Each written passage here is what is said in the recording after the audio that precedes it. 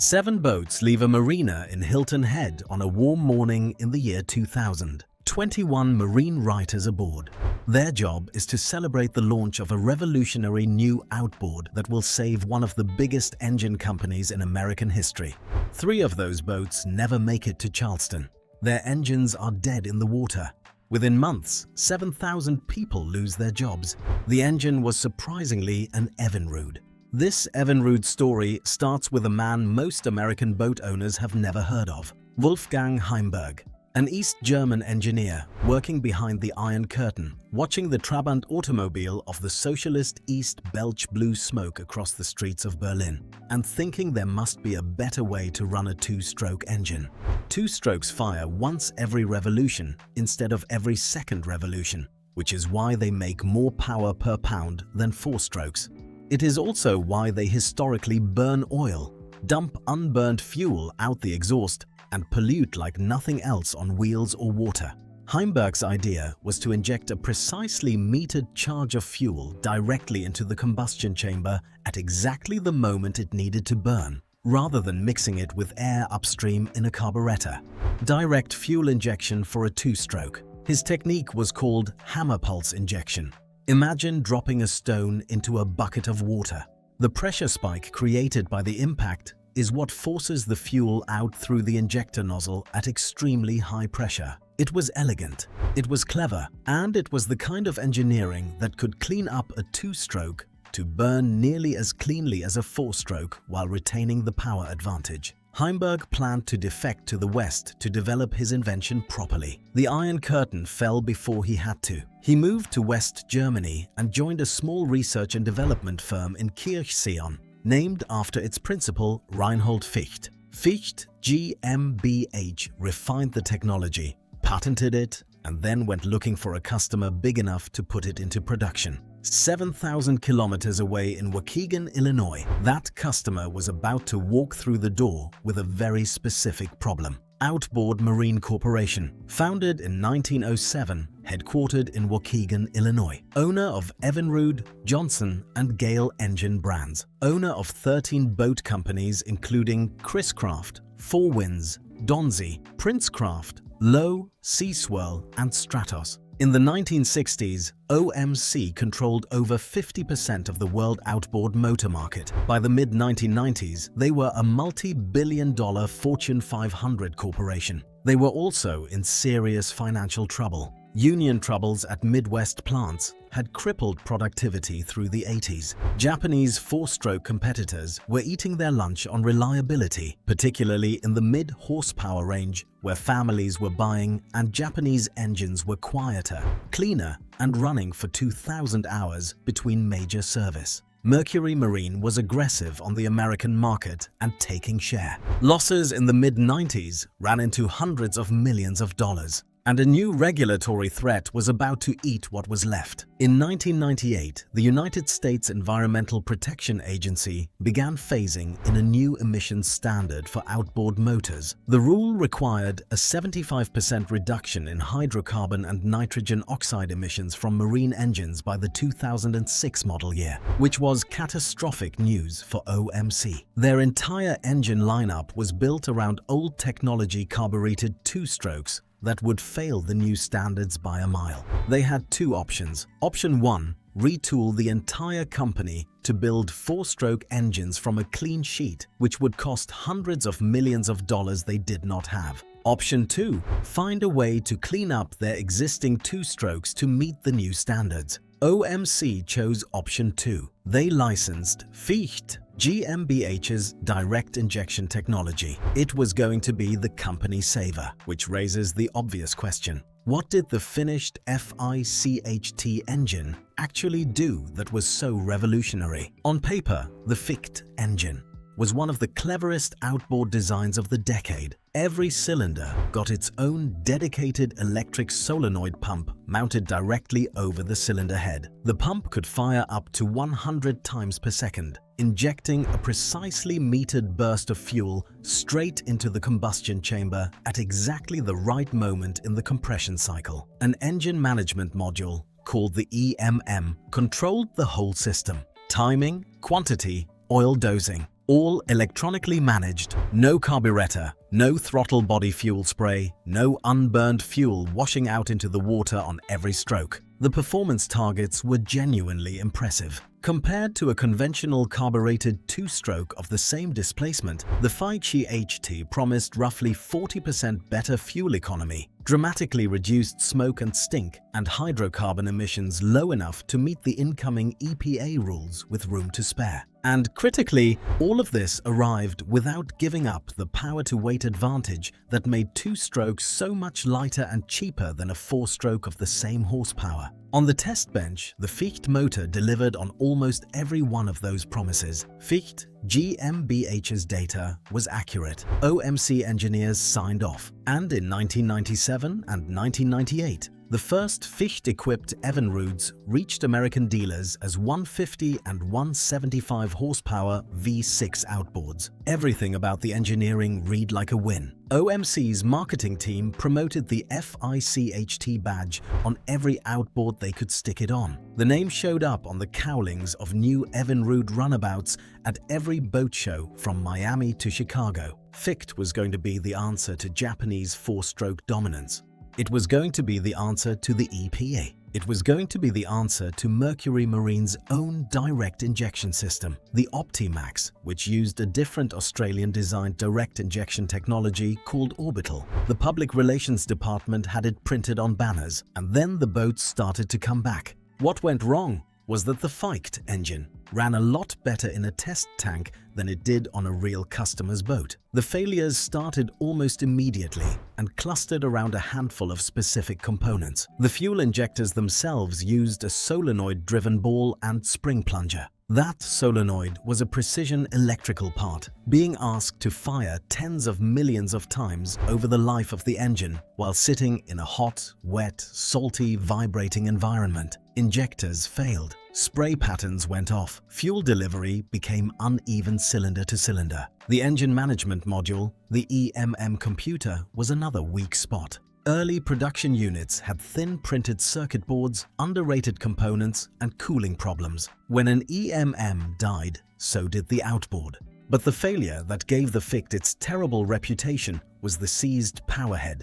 Here is how it happened. Owners would troll for hours at low RPM, going out to fishing grounds. Carbon would build up behind the piston rings in the ringlands. Then, running hard on the way home with the engine hot, the rings would expand. The carbon layer behind them would give the rings nowhere to go, and the rings would grab the cylinder wall. Piston seizure, sometimes just one cylinder, sometimes the whole powerhead cooking itself into scrap metal. This was not a mild inconvenience. This was a stranded owner miles from shore staring at an engine that would never run again. Warranty claims poured into OMC dealers by the truckload. Powerhead replacements are not cheap, and OMC was fitting new powerheads to two-year-old engines at a rate that made every quarterly financial report worse than the last one. And by the year 2000, it was happening across the fleet. What OMC did not yet know was that one particular demonstration was about to make the problem impossible to hide. In the year 2000, OMC invited 21 prominent marine journalists to a launch event on Hilton Head Island, South Carolina. The company needed a hit. Sales were bleeding. Layoffs had already started. Milwaukee and Waukegan plants were slated to close.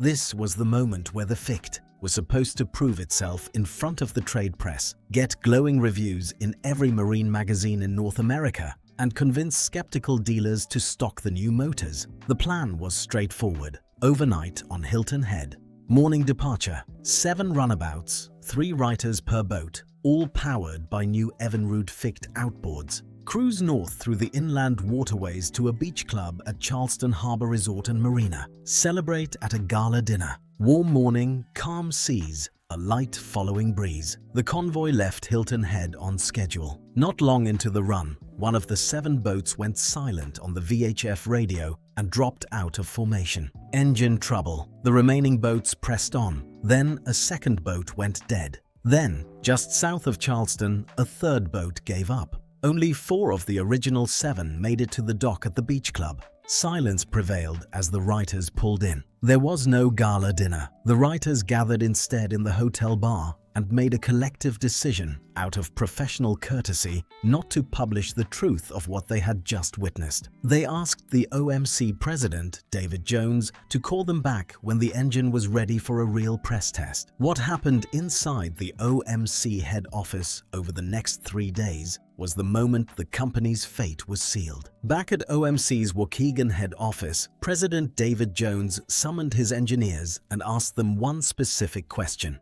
How many of the Evinrude Ficht motors, already shipped to dealers for the upcoming model year, would eventually fail in the same way the Media motors failed on the Hilton Head convoy? He gave them 3 days to answer. Based on the durability testing, the field data, and the failure signatures they had already been logging quietly for months, the engineers came back with a single word: all of them.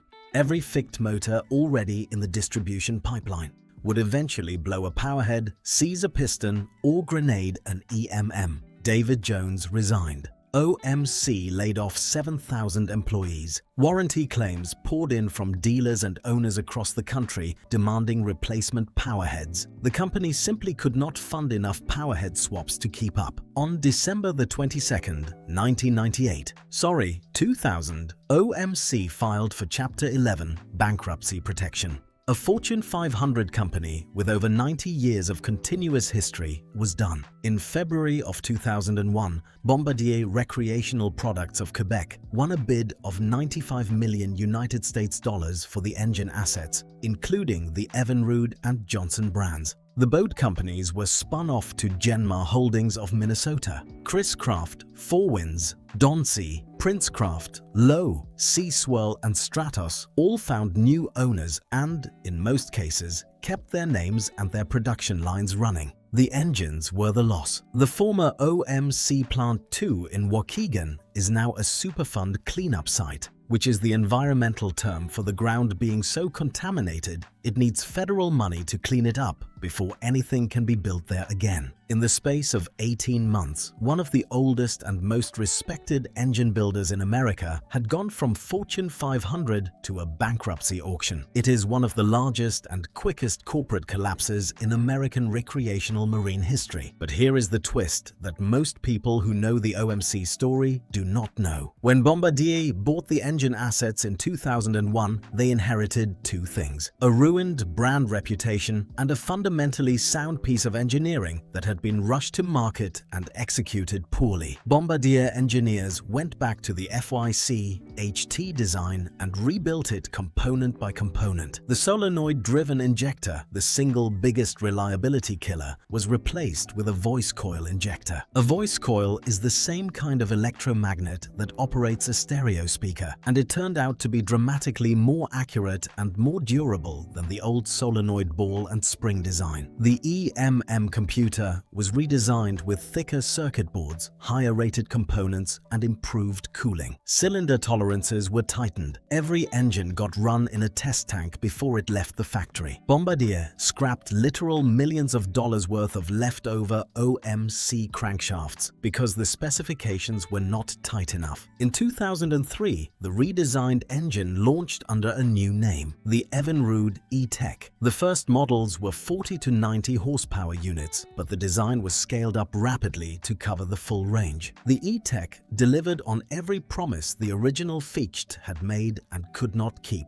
Clean combustion, good fuel economy, 2-stroke power-to-weight advantage, and reliability that finally matched a modern 4-stroke. In 2004, the Evinrude E-TEC won the Environmental Protection Agency's Clean Air Excellence Award, which is the highest environmental honor the EPA gives to a private manufacturer. The same basic engineering concept that had killed OMC had, 4 years later, been engineered into one of the cleanest and most reliable 2-stroke two-stroke outboards ever built. E-TEC engines sold on their reputation for reliability for years after launch. Loyalists rebuilt boats around them. Commercial operators used them where the two-stroke power-to-weight advantage still mattered, especially in fisheries where an outboard needs to run all day at half throttle without complaint. Even with the E-TEC winning awards, the Ficht reputation followed the Evinrude brand for the rest of its life. Buyers who remembered the seized powerheads of 2000 were slow to forgive, which raises the obvious question: what did all of this actually cost the industry, and what did it change? Three big things changed for good after the Ficht disaster. The first was industry-wide priorities. Every remaining outboard manufacturer looked at what had happened to OMC and doubled down on four-stroke development. Yamaha, Honda, Suzuki, and Mercury all accelerated their four-stroke programs through the early 2000s, understanding that the market punishment for another Ficht HT-style reliability failure would be existential. The result is the modern American outboard market, where four-strokes dominate almost every horsepower category. Cleaner than anything from the two-stroke era, quieter than anything from the two-stroke era, and vastly more reliable across 10,000 hours of ownership.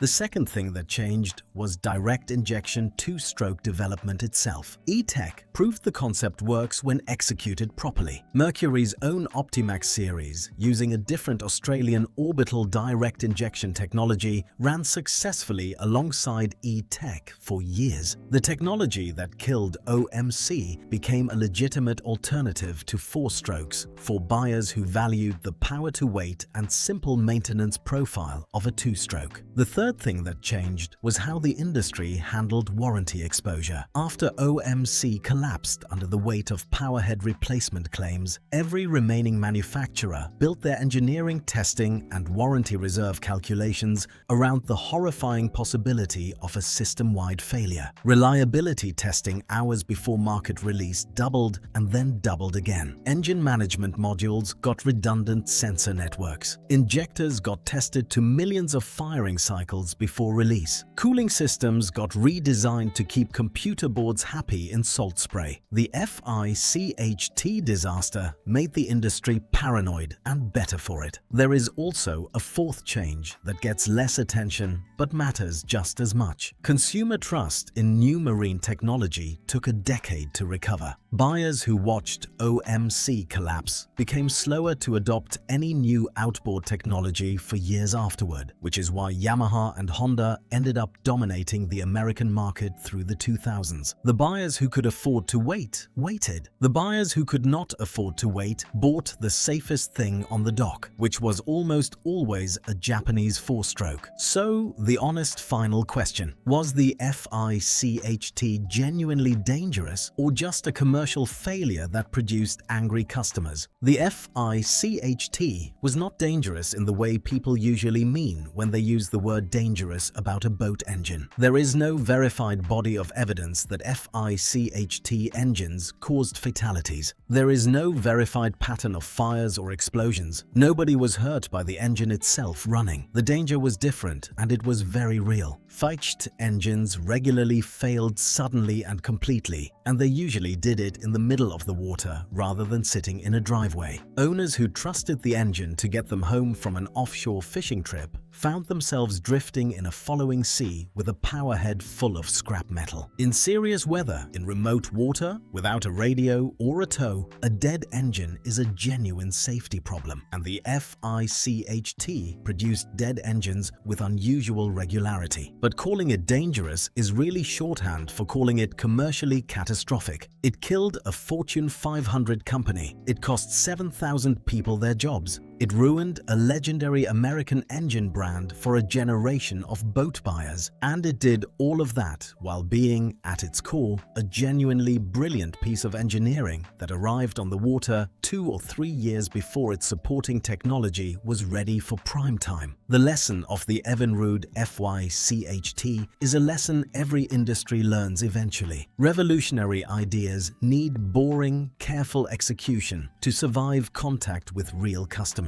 Ficht GmbH had the idea. OMC had the customer base. What was missing was the last mile of engineering discipline. Bombardier came in afterward, put in that missing engineering, and turned the same idea into an award-winning product. The Ficht changed boating forever, just not in the way anyone at OMC had planned. So, if you enjoyed this, go watch our deep dive on the shocking truth behind Mercury Vive 12 Verado, and also tell us if you will buy a used Ficht today or not, and subscribe for more like this.